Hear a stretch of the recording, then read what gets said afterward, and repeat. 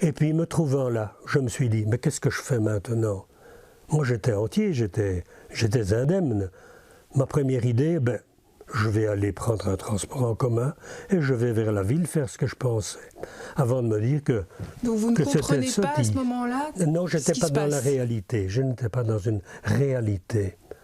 Il est évident qu'une fois chez moi, j'ai écouté la radio, j'ai allumé la TV, ce que je ne fais jamais d'habitude pendant la journée, mais là j'ai suivi quand même les émissions de télévision.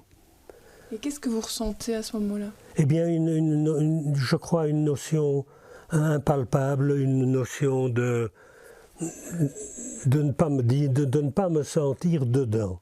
J'étais témoin et je n'étais pas dedans.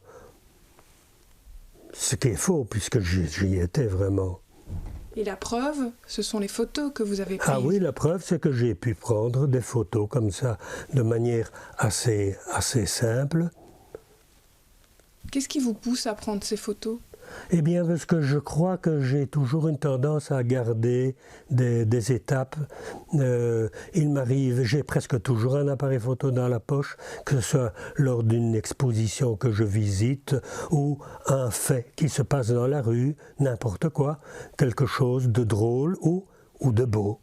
Et je fais facilement des photos.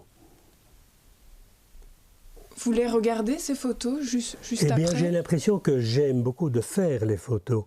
Après les avoir classées, après les avoir travaillées, je les regarde peut-être beaucoup moins.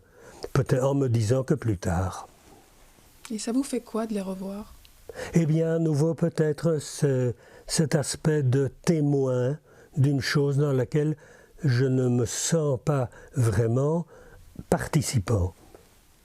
Est-ce que vous repensez parfois à l'explosion et à vous dans le métro? Eh bien, je vois ce flash lumineux, oui, dont j'ai parlé initialement. Ça, je le vois toujours très bien. Et puis des personnes gisantes sur le quai. Je vois aussi devant moi, escaladant l'escalator qui ne fonctionnait plus et dont certaines marches avaient sauté, je vois devant moi 2-3 personnes blessées et qui montaient, aidées par d'autres. Ça, je le vois tous les jours, oui. Mais ça ne m'a pas impressionné pendant 3-4 mois après l'attentat. Ce n'est qu'après ça qu'une gravité vraiment me poursuit chaque jour. J'avais déjà une maladie de Parkinson en son tout début. Cette maladie-là, oui, elle est fortement explosé et je souffre de cette maladie de Parkinson et je suis suivi donc en neurologie. Vous êtes un homme différent aujourd'hui?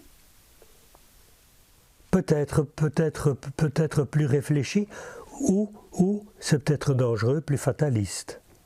Me dire que bien ça peut m'arriver demain, un peu n'importe où, que ce soit à Barcelone, à New York ou à Bruxelles. Et que c'est imparable, on ne peut rien faire. Il y a eu 2 guerres mondiales. L'Europe, pendant pratiquement 70 ans, a fait qu'il n'y ait plus de guerre en Europe. Mais ceci est une nouvelle guerre possible, d'une toute autre forme, mais qui est beaucoup plus insidieuse parce qu'il n'y a pas de déclaration, il n'y a pas d'armée, c'est nébuleux, c'est impalpable.